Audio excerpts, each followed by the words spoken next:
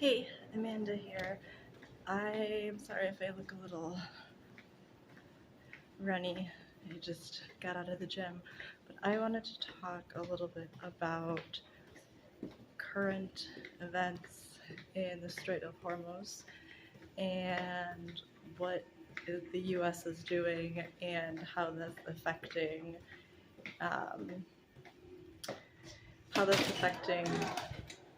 people in America from the American perspective.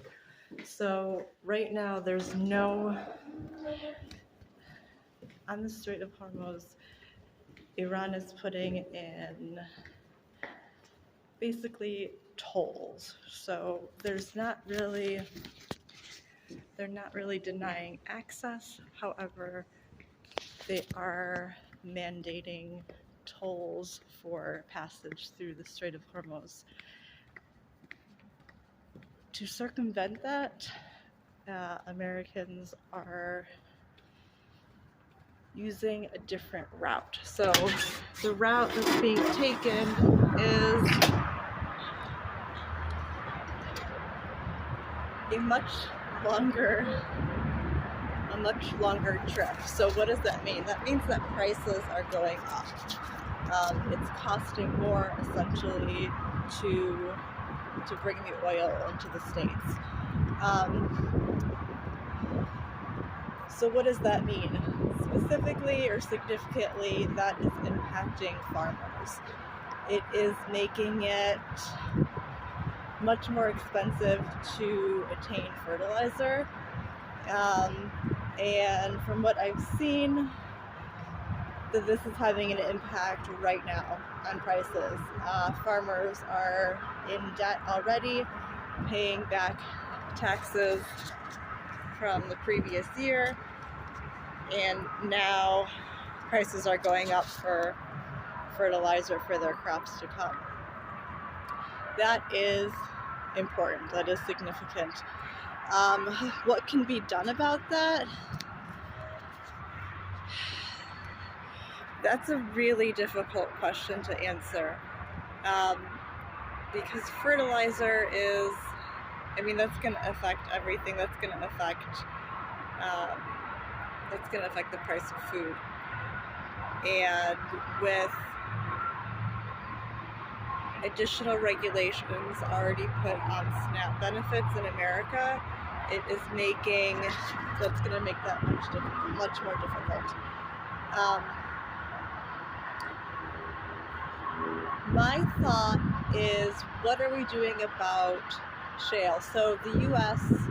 has 16% of oil production globally. The rest of that, the majority of that, is coming out of Iran. So it would be a really opportune time to push a shift towards sustainable, renewable, green energy, such as solar. However, I don't think that's really going to happen. There's so much that we have at stake in terms of oil. Like, we live off of oil, and it would take a lot more to create an incentive to shift towards renewable energy, which is unfortunate. It's really unfortunate. So the trade routes are expanded. So it's taking much longer to get oil, since Americans aren't paying the cost monetarily to travel through the Strait of Hormuz, as well as the risk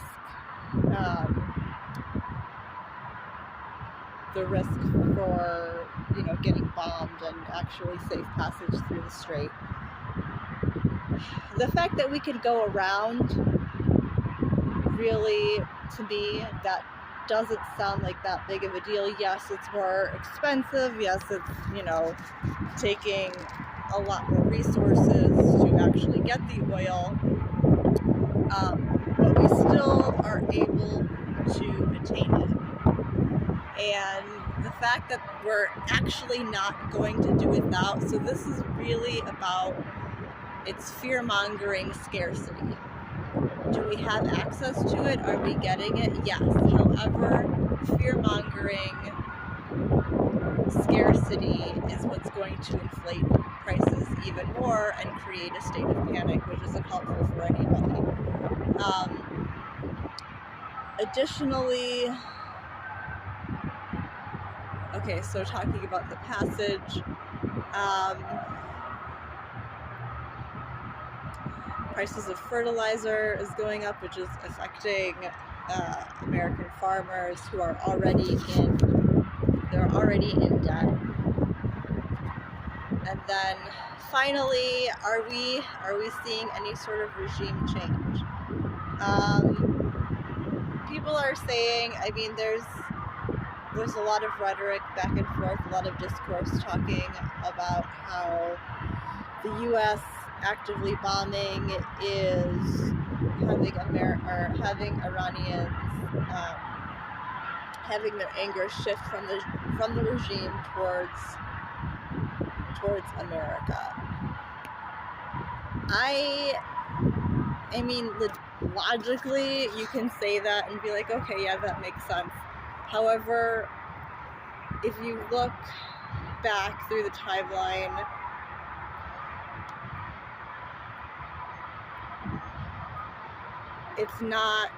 it doesn't seem like that would be the mindset, right? So if people in Iran are actively asking for help, and through this process glad that America and Israel are taking a stance to make a change, I don't think it's really that viable that they are going to then decide that no, we're actually in favor of the regime and we're going to be mad at America now. I don't see that as an actual human progression, logically. From, if you're looking at it just on paper, it might seem like, okay, that could happen. But if you're thinking about the actual emotions of people going through this,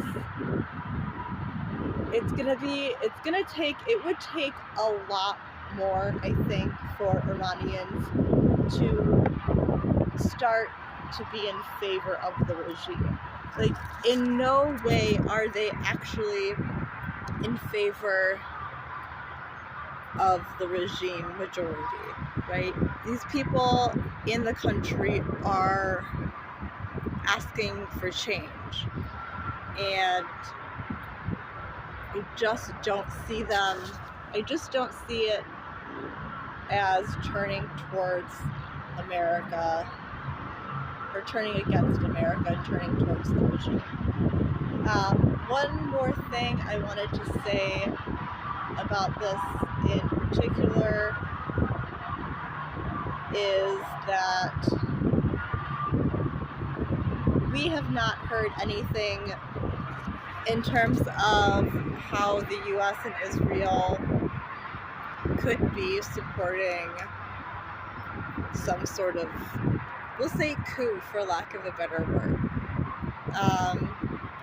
No one's talked about this. People are saying that, Trump is sort of over that trope. However, keeping tabs on Reza Pahlavi's YouTube channel, it's been quiet for a little while, and who knows what that means. That could mean that he's actively doing something to push for regime change.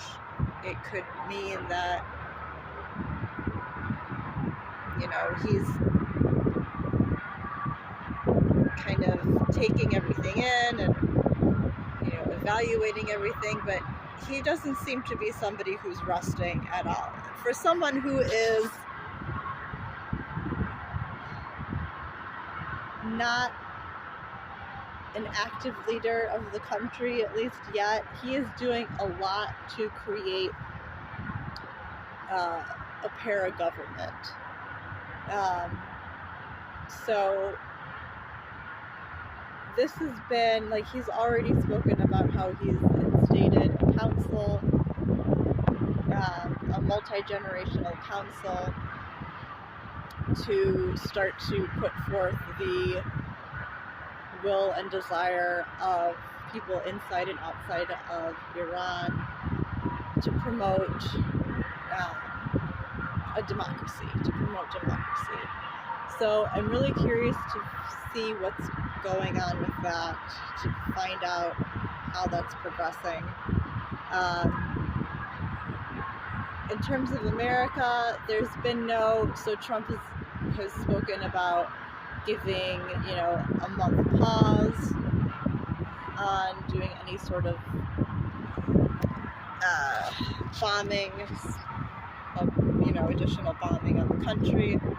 I did hear that they're looking to take additional islands, including Quiche Island, which is a tourist island. It's a civilian island, it's not an oil island. So that is also interesting in terms of, what's happening with the territory, with the boundaries of the country. So in terms of updates, things have been quiet. However,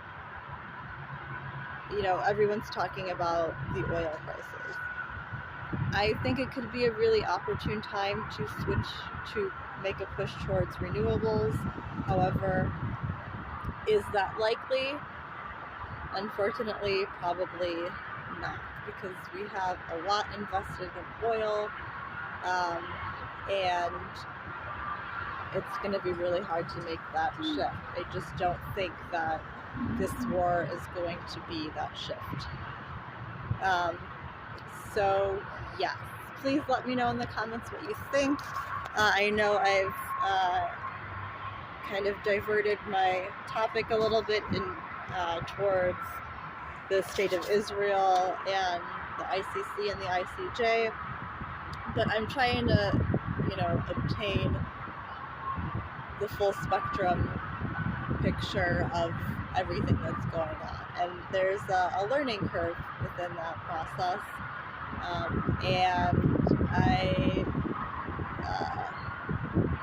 so thanks for following along with me on this. Let me know what you think, and I will talk to you later.